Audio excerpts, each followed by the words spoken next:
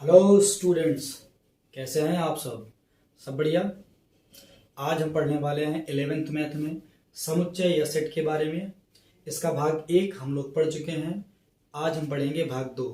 तो जिन बच्चों ने भाग 1 नहीं पढ़ा है, पहले जाके उसको आप पढ़ लीजिए ताकि भाग 2 आपको और बेहतर तरीके से समझ में आए। ठीक है, तो भाग 2 में आज हम पढ़ेंगे समुच्चय के प्रकार या टाइप्स ऑफ सेट, जैसा कि मैंने पहले से लिख दिया है। तो देख लेते हैं कितने प्रकार के सेट होते हैं और उन सेट का मतलब क्या होता है।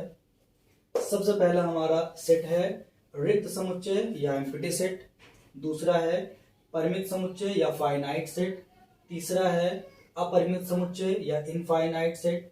चौथा है समान समुच्चय या इक्वल सेट। पांचवा है उप समुच्चय या सबसेट। छठवां है घात समुच्चय या पावर सेट। सातवां है सार्वत्रिक समुच्चय या यूनिवर्सल सेट। ठीक है, तो 7 टाइप के सेट यहाँ पर दिए हुए हैं। इनके अलावा 2 सेट और होते हैं। एक का नाम है एकल सेट, एक का नाम है उचित उपसमुच्चय। अब क्योंकि ये दोनों सेट, एक सेट आ जाएगा हमारा परिमित समुच्चय के अंतर्गत जो एकल समुच्चय होता है, और एक हमारा आएगा उप समुच्चय के अंतर्गत जो उचित उपसमुच्चय होता है। इसीलिए हमने उसको अलग से नहीं लिखा हुआ है। जब हम पढ़ेंगे परिमित समुच्चय और उप समुच्चय, तो इसी के अंतर्गत हम पढ़ लेंगे एकल समुच्चय क्या होता है और उचित उप समुच्चय क्या होता है। ठीक है, तो इसको हम बारी बारी से पहले डिटेल में एक्सप्लेन करके पढ़ लें कि ये होता क्या है। सबसे पहला हमारा है रिक्त समुच्चय। ठीक है, सबसे पहला है रिक्त समुच्चय। इसको हम नल सेट भी कहते हैं। नाम में क्या है, रिक्त मतलब खाली समुच्चय। वह समुच्चय जिसमें एक भी एलिमेंट नहीं होता उसको हम कहते हैं रिक्त समुच्चय या एम्प्टी सेट।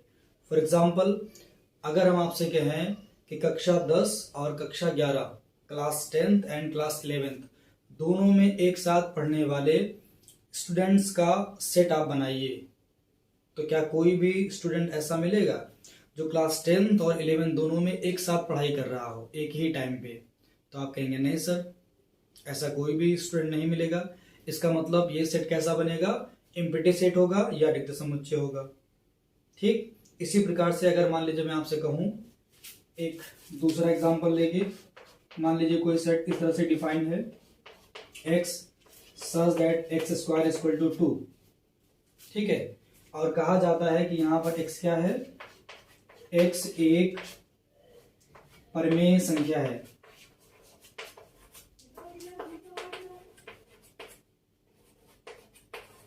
x क्या है, एक परिमेय संख्या है। तो देखिए जरा, जब आप इसको सॉल्व करिएगा तो आ जाएगा x² = 2 एंड x = +1 √2। और हम जानते हैं कि √2 क्या है, एक अपरिमेय संख्या होती है। कहने का मतलब इस सेट में कोई भी एलिमेंट नहीं आएगा। तो ये भी क्या सेट हुआ, एम्प्टी सेट या रिक्त समुच्चय हुआ। ठीक है, ये क्लियर है। अब पढ़ते हैं नेक्स्ट समुच्चय के बारे में। दूसरा हमारा है परिमित समुच्चय या फाइनाइट सेट। ये क्या होता है देखते हैं। अच्छा, इसमें एक बात और जो कि मोस्ट इंपॉर्टेंट है कि किसी भी रिक्त समुच्चय को या एम्प्टी सेट को प्रदर्शित कैसे किया जाता है। तो इसके लिए समझ लीजिएगा, 2 तरीके हैं इसको डिनोट करने के, किसी भी रिक्त समुच्चय को, और ये महत्वपूर्ण भी है। पहला तरीका है फाई और दूसरा तरीका है एम्प्टी कर्ली ब्रैकेट। किसी भी रिक्त समुच्चय को या तो आप दिखाएंगे फाई से या तो आप दिखाएंगे एम्प्टी कर्ली ब्रैकेट से, मतलब ब्रैकेट बनाएंगे और उसको खाली छोड़ देंगे, उसके भीतर कुछ भी आपको नहीं लिखना है। तो ये भी रिक्त समुच्चय को बताएगा और ये भी रिक्त समुच्चय को बताएगा। ठीक है, कभी कभी क्या करते हैं, थोड़ा सा कंफ्यूज करने के लिए इस तरह से लिख दिया जाता है, पहले बना देंगे फाई और फिर बनाएंगे कर्ली ब्रैकेट। तो कहा जाएगा कि बताओ क्या ये रिक्त समुच्चय को बताएगा, क्या ये रिक्त समुच्चय को प्रदर्शित करेगा? आप सोच के बताइए, करेगा ये? तो कहेंगे सर नहीं करेगा, क्योंकि रिक्त समुच्चय को केवल 2 ही तरीके हैं दिखाने के। या तो आप केवल फाई लिखिए या तो कर्ली ब्रैकेट बना दीजिए, इसको वैकेंट रखिए, खाली रखिए। लेकिन अगर आपने कर्ली ब्रैकेट में कुछ भी रख दिया तो वो एक एलिमेंट की तरह माना जाएगा। मतलब इस केस में माना जाएगा कि समुच्चय के भीतर एक एलिमेंट है और वो एलिमेंट है 5। तो ये जो है एम्प्टी सेट को दिखाने का तरीका नहीं है। याद रखिएगा, या तो 5 या तो कर्ली ब्रैकेट। ठीक है, इतना क्लियर है। आप चलते हैं नेक्स्ट समुच्चय पे। हमारा है अगला परिमित समुच्चय। ये दूसरा वाला समुच्चय है, परिमित समुच्चय। जो लाइन आपको इंपॉर्टेंट लगे उसको आप नोट करते रहे साथ साथ में। ठीक है, परिमित समुच्चय, फाइनाइट सेट, नाम में ही इसकी परिभाषा निहित है। परिमित समुच्चय वह समुच्चय जिसमें उसके अवयवों की संख्या काउंट की जा सके, गिनी जा सके, उसको आप बोलते हैं परिमित सेट।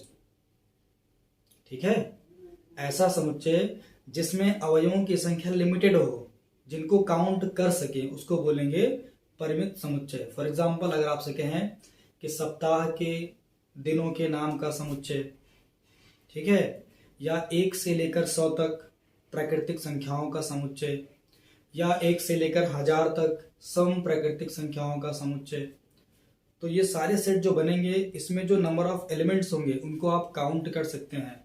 मतलब अवयवों की संख्या इतनी होगी कि उनको गिना जा सकता है, इसको बोलेंगे आप परिमित सेट। ठीक है, फॉर एग्जाम्पल कोई सेट ए लेते हैं, लिख देते हैं 1 2 3, ये जाए कहां तक, मान लीजिए 100 तक, तो गिन सकते हैं ना इसको आप, बिल्कुल गिन सकते हैं। कोई सेट बी लेते हैं, मान लीजिए हम बोल देते हैं आपसे x such that x एक पूर्णांक है। क्या चीज है? एक पूर्णांक है तथा x लेस देन 1000, मतलब आपको एक पूर्णांक लेना है और उस पूर्णांक का मान 1000 से कम होना चाहिए। तो ये भी क्या है? एक परिमित सेट है, क्योंकि इसमें जो जो एलिमेंट आएंगे उनको आप काउंट कर सकते हैं, उनकी संख्या को। समझ गए? कोई प्रॉब्लम इसमें नहीं होनी चाहिए। तो हो गया हमारा परिमित समुच्चय, फाइनाइट सेट। अगला हमारा है अपरिमित समुच्चय या इनफाइनाइट सेट। ये क्या होता है? अपरिमित समुच्चय, नाम से क्या लग रहा है? अपरिमित।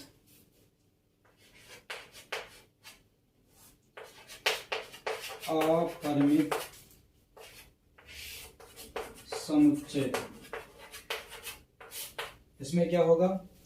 ऐसा समुच्चय जिसमें अवयवों की संख्या असंख्य हो, बहुत ज्यादा हो, इनफाइनाइट हो, जिनको काउंट ना किया जा सके, उसको आप बोलेंगे अपरिमित समुच्चय या इनफाइनाइट सेट। फॉर एग्जाम्पल अगर मैं आपसे कहूं प्राकृतिक संख्याओं का समुच्चय और कोई बाउंडेशन ना लगाऊं इसमें, केवल प्राकृतिक संख्याओं का समुच्चय, तो बताइए प्राकृतिक संख्याएं स्टार्ट होती है 1 से, 1 2 3 डॉट डॉट डॉट आप चले जाइए इनफाइनाइट तक। आप काउंटिंग करते रहेंगे, प्राकृतिक संख्या आपको मिलती रहेगी, मतलब इसको काउंट नहीं किया जा सकता। इसी प्रकार से अगर मैं आपसे कहूं आकाशगंगा में तारों का समुच्चय, तो असंख्य तारे हैं, उनको आप काउंट नहीं कर सकते हैं, तो वो भी हमारा क्या हुआ? अपरिमित या इनफाइनाइट सेट हुआ। क्वेश्चन आपके लिए है, इसको सोचिएगा और कमेंट करके बताइएगा इसका आंसर क्या होगा। क्वेश्चन ये है कि 1 और 2 के बीच में वास्तविक संख्याओं का समुच्चय फाइनाइट होगा या इनफाइनाइट होगा। नेक्स्ट हमारा है समान समुच्चय। ये क्या होता है? समान समुच्चय। समान समुच्चय ये है 4th नंबर। क्या लग रहा है नाम से?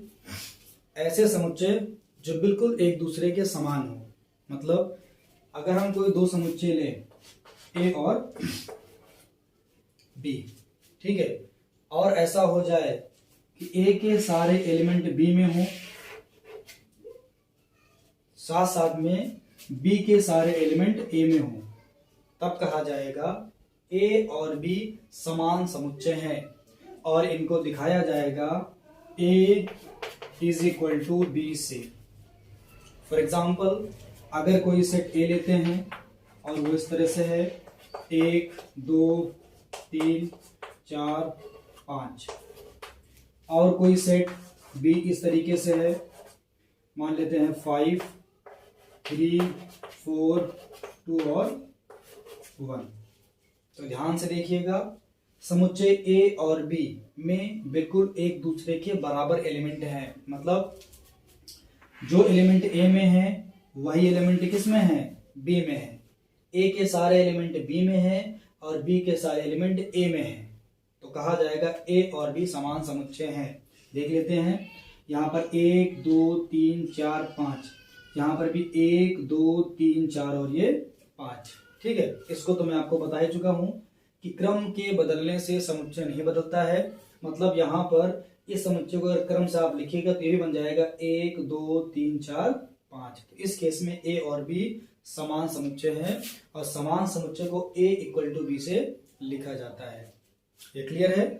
ठीक है, नेक्स्ट देखते हैं हमारा अगला समुच्चय क्या है, उप समुच्चय। चलिए देख लेते हैं क्या होता है। उप समुच्चय क्या है? ये है नंबर 5, उप समुच्चय। इसको बोलते हैं सबसेट। ठीक है, इसको पहले एग्जांपल लेके समझते हैं, फिर इसकी परिभाषा पढ़ते हैं। मान लेते हैं कोई सेट ए है 1 2 3 और 4। कोई सेट बी है 1 2 3 4 5 6 7। तो ए और बी पे ध्यान दीजिए।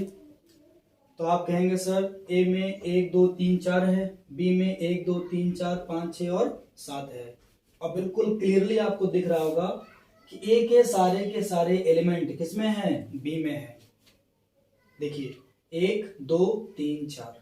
ठीक है, यहाँ पर 1 2 3 4, मतलब ए में जितने भी एलिमेंट हैं वो सारे के सारे एलिमेंट कहां पर हैं, बी में है। ऐसा होने पर कहा जाता है ए बी का उप समुच्चय है।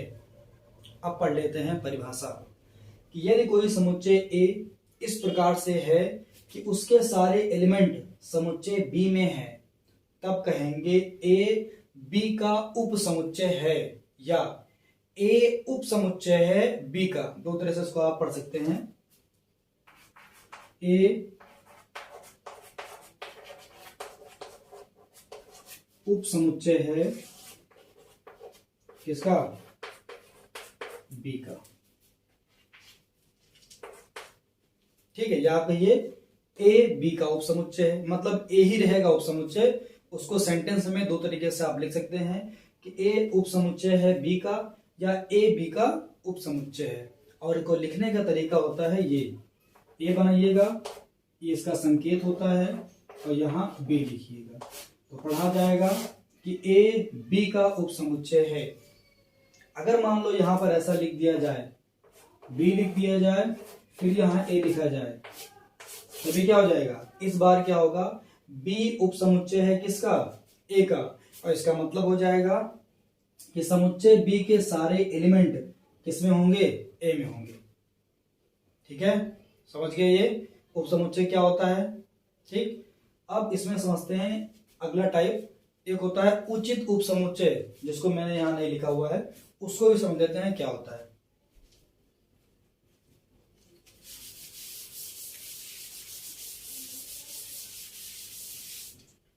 उचित उप समुच्चय,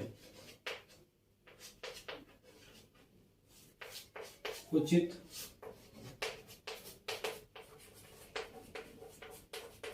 उप समुच्चय। ठीक है, थोड़ा सा ध्यान दीजिएगा। मान लीजिए समुच्चय ए दिया हुआ इस तरीके से 1 2 3 4 5 6, या इसको आप थोड़ा सा डिफर करिए इस बार, A B C D E F लीजिए, और समुच्चय बी लेते हैं इस तरीके से हम,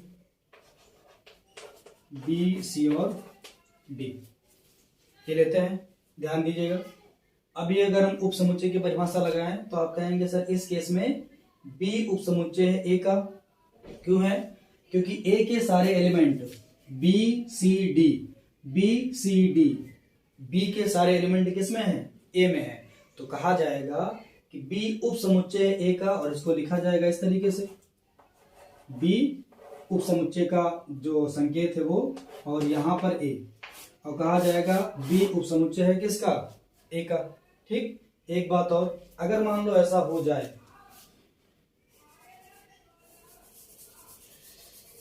आप मुझे बताइए, ए में है बी सी डी, बी में भी है बी सी डी, इस केस में क्या है? ए बी का उप समुच्चय है? बिल्कुल है, क्योंकि ए के सारे एलिमेंट बी में है। कंडीशन फुलफिल हो रही है। क्या बी ए का उप समुच्चय है? तो कहेंगे बिल्कुल है, क्योंकि बी के सारे एलिमेंट कहां पर हैं? ए में है। यहां से रिजल्ट ये आता है कि अगर कोई दो समुच्चय इस प्रकार से मिले, इसको भी समझ लीजिएगा, ये क्वेश्चन में आ सकता है। अगर कोई दो समुच्चय इस प्रकार से मिले कि ए जो है वो उप समुच्चय है किसका? बी का, तथा बी जो है वो उप समुच्चय है ए का। ध्यान दीजिएगा, ए जो है उप समुच्चय है बी का, और बी है उप समुच्चय किसका? ए का। इस केस में कहा जाएगा कि ए और बी दोनों इक्वल सेट हो जाएंगे। कहने का मतलब ए और बी जब दोनों इक्वल रहेंगे तभी ये कंडीशन रिवर्स वाली पॉसिबल है कि अगर ए बी का उपसमुच्चय है तो बी भी ए का उपसमुच्चय होगा। ठीक है, ये एग्जांपल से बिल्कुल क्लियर हो रहा है। ठीक, हमको पढ़ना है उचित उपसमुच्चय। तो उचित उपसमुच्चय में ध्यान ये रखना है कि दोनों इक्वल नहीं होने चाहिए। किसी एक में दूसरे से कुछ बहुत या एक ही कम से कम एलिमेंट अधिक होना चाहिए। ठीक है, जैसे इस केस में अगर हम ऐसा कर दें, अगर मान लो हम कर दें बी सी डी ई, तो इसमें क्या देखिएगा, अभी आप कहेंगे ए बी का उपसमुच्चय है। क्या बी ए का उपसमुच्चय है? तो आप कहेंगे नहीं है। क्यों नहीं है? क्योंकि बी के सारे एलिमेंट ए में नहीं है, जबकि ए के सारे एलिमेंट बी में है तो ए बी का उपसमुच्चय होगा। लेकिन बी के सारे एलिमेंट ए में नहीं है तो ए बी का उपसमुच्चय नहीं होगा। लेकिन मैंने क्या बताया, जब आपको उचित उपसमुच्चय समझना है तो उसके लिए जो दो समुच्चय एक दूसरे के उपसमुच्चय हैं, जैसे इस केस में अगर हमने कहा कि ए बी का उपसमुच्चय है तो बी में कम से कम एक या एक से अधिक एलिमेंट ऐसे हों जो कहां पर ना हो, ए में ना हो। या आप ये समझिए कि बी में कुछ एलिमेंट एक्सेस में होने चाहिए, अधिकता में होने चाहिए। जैसे इस केस में देखिए, यहां पर ई हमारा अधिकता में है। अगर इक्वल हो गया तो उसको आप उचित उपसमुच्चय नहीं कहेंगे, केवल उपसमुच्चय कहेंगे। ठीक है, लेकिन अगर एकाध एलिमेंट ज्यादा है तब इसको बोला जाएगा उचित उपसमुच्चय। इस वाले केस में बी जो ए है बी का उचित उपसमुच्चय, क्योंकि बी में ए से एक अधिक एलिमेंट है, एक या दो या तीन भी हो सकता है। ठीक है, इसकी एक परिभाषा और भी है, ये बात समझ गया है। उचित उपसमुच्चय की एक परिभाषा और भी है। अगर मान लो ऐसा हो जाए कि कोई समुच्चय ए समुच्चय बी का एक उपसमुच्चय है और साथ साथ में ए नॉट इक्वल टू बी हो जाए, तब भी कहा जाएगा कि ए बी का उचित उपसमुच्चय है। मतलब अगर ए बी का उपसमुच्चय है और ए बी दोनों बराबर ना हो तब भी आप कहेंगे कि ए बी का उचित उपसमुच्चय है। और उचित उपसमुच्चय के लिए हम ये संकेत लिखते हैं, सेम साइन बनाएंगे, नीचे एक लाइन खींच देंगे। ये है उचित उपसमुच्चय को दिखाने का तरीका। किसको दिखाने का? उचित उपसमुच्चय को। ये है उपसमुच्चय के लिए, ये है उचित उपसमुच्चय के लिए। क्लियर है? ठीक है, चलिए नेक्स्ट पढ़ लेते हैं। नेक्स्ट हमारा है घात समुच्चय। ये क्या होता है? अच्छा, एक दो बातें और भी समझ लेते हैं हम लोग उपसमुच्चय में। उपसमुच्चय में जो कि न्यूमेरिकल में आएगा ही आएगा। जैसे मान लेते हैं हमने लिया कोई सेट ए,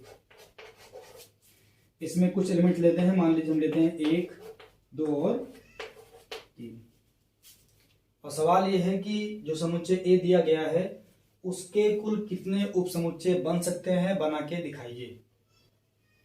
ठीक है, या कोई समुच्चय ए है, इसमें एलिमेंट 1, 2, 3 है, तो बताओ इससे कितने उप समुच्चय बनेंगे, उनकी संख्या बताओ। ये सवाल आ सकता है। तो चलिए देख लेते हैं कि उप समुच्चय आप बनाएंगे कैसे। उप समुच्चय की परिभाषा क्या है?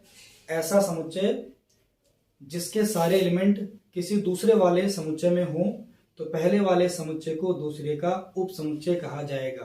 ठीक, तो एक पॉइंट आप नोट करना है कि फाई और साथ में स्वयं समुच्चय जिसका उप समुच्चय आपको बनाना है वो हमेशा स्वयं का उप समुच्चय होता है।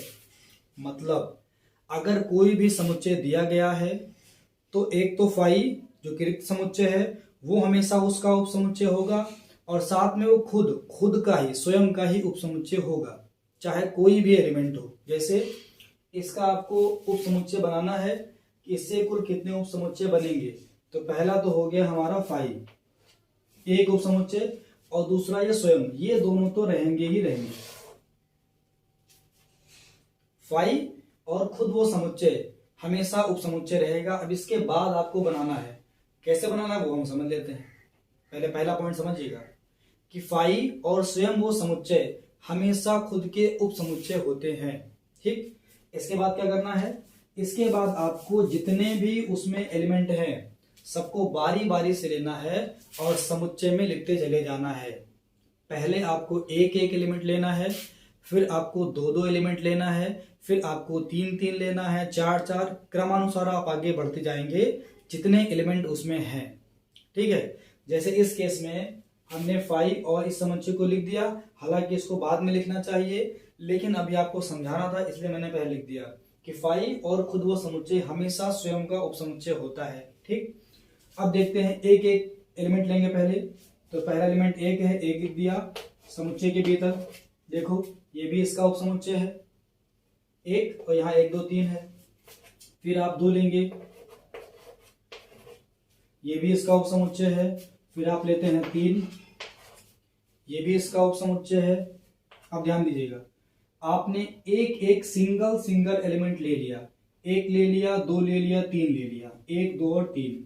अब आप दो दो एलिमेंट लेंगे और समुच्चय बनाएंगे। जैसे अब आप लेंगे 1, 2, ठीक है। फिर आप लेंगे 2, 3, फिर आप लेंगे 3, 1। ध्यान दीजिएगा, पहले 1 2 लेंगे, फिर 2 3 लेंगे, फिर 3 1 लेंगे। एक बात का ध्यान रखना है, चाहे आप लिखे 1 2, चाहे 2 1, वो एक ही समुच्चय माना जाएगा। चाहे आप लिखिए 2 3, चाहे 3 2, वो एक ही समुच्चय माना जाएगा। चाहे 3 1, चाहे 1 3, वो एक ही समुच्चय माना जाएगा। क्यों? क्योंकि समुच्चय में अवयव के क्रम बदलने से समुच्चय का मान नहीं बदलता है। ठीक है, अगला देखिए। अब हमने देखो 1 1 चेक कर लिया, 2 2 एलिमेंट ले लिया। अब लेंगे 3 3 एलिमेंट। ठीक, 3 3 में क्या होगा? 1 2 3, तो हो गया हमारा 1 2 और 3। ठीक है, हालांकि आप चाहो तो इसमें चाहे 1 2 3 लिखो, चाहे 2 1 3 लिखो, चाहे 3 1 2 लिखो। ठीक है, तीनों का मतलब एक है, क्योंकि बाकी सभी में केवल क्रम बदला रहेगा, समुच्चय वही माना जाएगा। ठीक, तो ये हो गए किसी भी समुच्चय के उप समुच्चय निकालने का तरीका कैसे निकालते हैं। काउंटिंग कर लीजिए कितने एलिमेंट है इसमें। 1 2, सॉरी देखिए इसको यहां से हटा दे रहे हैं। यहां हमने लिखा था पहले, केवल आप समझ जाओ कि किसी भी जब समुच्चय का आप बनाएंगे उप समुच्चय, तो फाई और स्वयं वो समुच्चय हमेशा उप समुच्चय होगा, इसलिए मैंने लिखा था। इसको हमने यहां लिख दिया लास्ट में। ठीक है, देखिए फाई है 1 2 3 4 5 6 7 और 8। हमारे पास यहाँ कुल कितने उपसमुच्चय बने हैं? इसके 8 उपसमुच्चय बने हैं। तो कभी कभी सवाल ये भी आता है कि दिए गए समुच्चय के कितने उपसमुच्चय बनेंगे, आप उनको बना के दिखाइए। कभी कभी केवल ये आता है कि दिए गए समुच्चय के कितने उपसमुच्चय होंगे, उनकी संख्या बताइए। आपको बना के नहीं दिखाना है, केवल बताना है कि कितने उपसमुच्चय बनेंगे। तो उसका एक फार्मूला है, वो आप लिख लीजिए, उप समुच्चयों की संख्या। उप समुच्चयों की संख्या, ये होता है 2 की पावर m, जहां पर m क्या होगा, नंबर ऑफ एलिमेंट्स, m क्या होगा, अवयवों की संख्या, अवयवों की, जिस समुच्चय का आपको उप समुच्चय बनाना है उसमें कितने अवयव हैं वो हो जाएगा m का मान। जैसे इस केस के लिए अगर आपको m का मान लेना है तो यहाँ पर कुल कितने एलिमेंट हैं, 3 एलिमेंट हैं, 1 एलिमेंट, 2 एलिमेंट और 3 एलिमेंट। तो m का मान कितना लेंगे आप, यहाँ 3 लेके देखिए, अगर आप लेते हैं m का मान 3 तो 2 की पावर 3 हो जाएगा। 2 की पावर 3 का मतलब 2 इंटू 2 इंटू 2, 2 दूना 4 दूना में 8, मतलब एक के कुल 8 उपसमुच्चय बनेंगे और हम बना भी चुके हैं, काउंट कर लीजिए 8 ही आएगा, 1 2 3 4 5 6 7 और ये 8। ठीक है, ये क्लियर है। उपसमुच्चय क्या होता है, किसी भी दिए गए समुच्चय के उपसमुच्चय हम कैसे बनाते हैं और उपसमुच्चयों की संख्या हम कैसे निकालते हैं, ये हमने सीख लिया। ठीक, अब बात करते हैं अगले समुच्चय की। अगला हमारा है घात समुच्चय। ठीक है, घात समुच्चय का संबंध भी उपसमुच्चय से है, बहुत ही इजी है क्योंकि ये आप समझ गए हैं, तो घात समुच्चय समझने में आपको बिल्कुल भी परेशानी नहीं होगी। अगला है घात समुच्चय।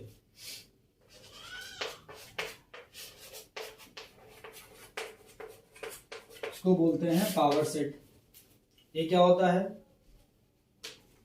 किसी भी समुच्चय ए के जितने उप समुच्चय बनेंगे उन सभी का समुच्चय ए का घात समुच्चय कहलाता है। ध्यान सुनिएगा, किसी भी समुच्चय कैपिटल ए मान लेते हैं कि जितने भी उप समुच्चय बनेंगे उनको आप निकाल लीजिए, फिर उसका आपको बनाना है समुच्चय, उसको बोलेंगे ए का घात समुच्चय। फॉर एग्जाम्पल, अगर मान लीजिए कोई सेट हमने ए लिया और इसमें हम 2 एलिमेंट लेते हैं, स्मॉल ए और स्मॉल बी। अगर इसका घात समुच्चय आपको बनाना है या इसका घात समुच्चय समझना है तो उसके लिए पहले कैपिटल ए के उप समुच्चय आपको लिखने होंगे। तो लिखते हैं उप समुच्चय, कैपिटल ए के उप समुच्चय जितने भी बनेंगे सबको आपको लिखना है। ठीक है, चलिए बताइए तो कौन कौन से बनेंगे। पहला तो कहोगे सर 5 बनेगा, जो कि हर समुच्चय का उपसमुच्चय होता ही है। 5 के बाद फिर आप एक एक एलिमेंट लेते हैं, फिर 2 एलिमेंट लेते हैं, फिर 3 लेते हैं, जितने भी एलिमेंट हैं क्रमानुसार आप लेते जाते हैं। तो पहले हम सिंगल सिंगल लेते हैं, तो ए है तो ए लिखिएगा समुच्चय के कर्ली ब्रैकेट के भीतर, फिर आपको बी लेना है कर्ली ब्रैकेट के भीतर, एक एक ले लिया आपने, ये भी अब 2 लेना है, ए बी, तो हो जाएगा ए और बी, मतलब ये स्वयं खुद का ही उपसमुच्चय होता है तो ए बी हो जाएगा। ठीक है, अब देखिए ये बन गए। अब इसको आप चेक भी कर सकते हैं कि क्या इतने ही उपसमुच्चय बनेंगे या इससे कम, या मतलब ये हमारा सही है। तो उसके लिए फॉर्मूला क्या है, 2 की पावर m। तो 2 की पावर m करिएगा तो हो जाएगा 2 की पावर m। तो यहाँ कितने एलिमेंट हैं, 1 और 2 रखिएगा, तो 2 दूना 4, तो 4 उपसमुच्चय आने चाहिए। तो 4 है कि नहीं है, 1 2 3 और ये 4, मतलब ये सही है। ठीक है, अब क्या करिए, जितने उपसमुच्चय बने उनका बनाइए समुच्चय। समुच्चय बनाने का मतलब इनको सबको लिखिए आप कर्ली ब्रैकेट में इस तरह से, तो इसको बोलेंगे ए का घात समुच्चय और लिखा जाता है पी ए से। बस समझ गए, मतलब कहने क्या हुआ, किसी भी समुच्चय के जो उप समुच्चय हैं वो एलिमेंट्स की तरह काम करेंगे घात समुच्चय के लिए। क्लियर है बात। ठीक है, इसमें करना क्या होता है, जो समुच्चय दिया रहेगा उसका घात समुच्चय अगर आपको निकालना है तो पहले निकालेंगे उसके उप समुच्चय जितने बन सकते हैं, जितने बनेंगे टोटल उसको लिखिएगा, सब में कॉमा लगा दीजिएगा और फिर उनको आपको लिखना है कर्ली ब्रैकेट में, मतलब उप समुच्चयों का समुच्चय बनाना है, उसको कहा जाएगा घात समुच्चय या पावर सेट। ठीक है, बिल्कुल क्लियर। चलिए नेक्स्ट देखते हैं क्या होता है। अगला हमारा है यूनिवर्सल सेट या सार्वत्रिक समुच्चय। ये क्या होता है?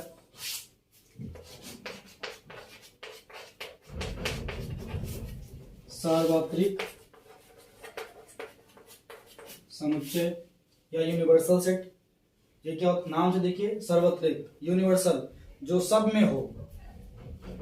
इसकी परिभाषा आप समझिएगा बिल्कुल सिंपल वे में कि यदि 2, 3, 4 कई सेट एक साथ दिए हुए हैं तो उनमें से वैसा सेट या उन सभी में से एक ऐसा सेट जिसमें बाकी सारे सेट के अवयव शामिल हों, सभी का यूनिवर्सल सेट कहलाता है। मतलब ये एक ऐसा सेट होगा जिससे दिए गए सारे के सारे सेट बनाए जा सकते हैं, उसको आप कहेंगे यूनिवर्सल सेट। फॉर एग्जाम्पल, अगर मैं कहूं कि यहां पर समुच्चय ए जो है वो इस तरह से है, 1 दिया है, 2 दिया है, 3 दिया है, 4, 5, 6 और 7 ये दिया है, और समुच्चय बी दिया है 1, 2, समुच्चय सी दिया है 3, 5, समुच्चय डी दिया है मान लेते हैं 2, 4 और 6, इतना दिया हुआ है। अब अगर ध्यान से देखें तो आपको लग रहा होगा कि ए बी सी डी में समुच्चय बी, समुच्चय सी और समुच्चय डी, इन सभी के अवयव समुच्चय ए से लिए गए हैं। ध्यान दीजिएगा, देखिए 1, 2 यहां से 1, 2 है, सी 3, 5 यहां पे 3, 5 है, 2, 4, 6, 2, 4, 6। मतलब जितने भी एलिमेंट हैं ए को छोड़कर उन सभी के अवयव किस में शामिल हैं? ए में शामिल है। तो ए को इन सभी का सार्वत्रिक समुच्चय यूनिवर्सल सेट कहा जाएगा। क्लियर है? समझ गए कि यूनिवर्सल सेट क्या होता है? इसमें कोई दिक्कत नहीं होनी चाहिए। तो आपने सारे सेट समझ लिए हैं। ग्रीक समुच्चय क्या होता है, परिमित समुच्चय क्या होता है, अपरिमित क्या होता है, समान क्या होता है, उप समुच्चय क्या होता है, घात समुच्चय क्या होता है और सार्वत्रिक समुच्चय क्या होता है। अब हमको पढ़ना है कि जो संख्याएं होती हैं वो कितने प्रकार की हैं और समुच्चय के फॉर्म में उनको कैसे निरूपित किया जाता है। जैसे सबसे पहला हमारा है प्राकृतिक संख्या। इसको बहुत बारीकी से समझिएगा, ठीक है? क्योंकि अभी जो आप ये लिखने वाले हैं, आगे बुक में जहां भी आपको ये मिलेगा तो उसका मीनिंग आपके माइंड में आना चाहिए तुरंत। हाँ, इसका मीनिंग ये होता है। जैसे अगर मैं कहता हूं प्राकृतिक संख्याओं का समुच्चय, तो प्राकृतिक संख्याओं के समुच्चय को दिखाते हैं हम लोग एन से। कैसे दिखाते हैं? कैपिटल एन से दिखाते हैं। और क्या होती है प्राकृतिक संख्या? ये होती है 1। शुरू करते हैं 1 से, 1 के बाद जितने भी काउंटिंग नंबर हैं, 1 फिर 2 फिर 3 फिर 4 डॉट डॉट डॉट, ये कहाँ तक जाएगा? इनफाइनाइट तक जाएगा। एक बात और समझिएगा, इनफाइनाइट सेट में एक बात हम मिस कर गए थे, वो ये इसको लिखने का तरीका। क्योंकि इनफाइनाइट सेट को अपरिमित समुच्चय को लिखना संभव नहीं है। क्यों? क्योंकि इसमें नंबर ऑफ एलिमेंट्स बहुत ज्यादा होते हैं, असंख्य होते हैं, इनफाइनाइट होते हैं। ठीक है, तो क्या करेंगे? 2-3 एलिमेंट आप लिखेंगे, उसके बाद 3 डॉट आपको बना देना है। ये अपरिमित समुच्चय को लिखने का तरीका है। ठीक, अब देखिए जरा, यहाँ पर एन क्या होगा? प्राकृतिक संख्याओं का समुच्चय। मतलब अगर लेटर कैपिटल एन कहीं भी मिलता है बुक में अब आपको, तो समझ जाना कि वो किसके लिए मेंशन किया गया है? प्राकृतिक संख्याओं के समुच्चय के लिए। और जब प्राकृतिक संख्याओं का समुच्चय शब्द आएगा इसमें माइंड में, तो क्या समझेंगे आप कि इसका मतलब क्या है? 1, 2, 3, 4 काउंटिंग नंबर सारे पॉजिटिव वाले। ठीक है, अगला हमारा है, ये फर्स्ट हो गया। दूसरा है पूर्णांकों का समुच्चय। पूर्णांकों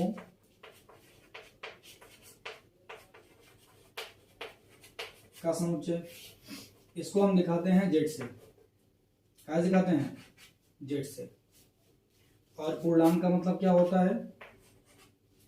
ये जाएगा आपका, शुरू करते हैं 0 से, 0 शुरू होगा, 1 आएगा, फिर 2 आएगा, फिर 3 आएगा, डॉट डॉट डॉट पॉजिटिव में इनफाइनाइट तक जाएगा। इसी तरीके से इधर -1 रहेगा,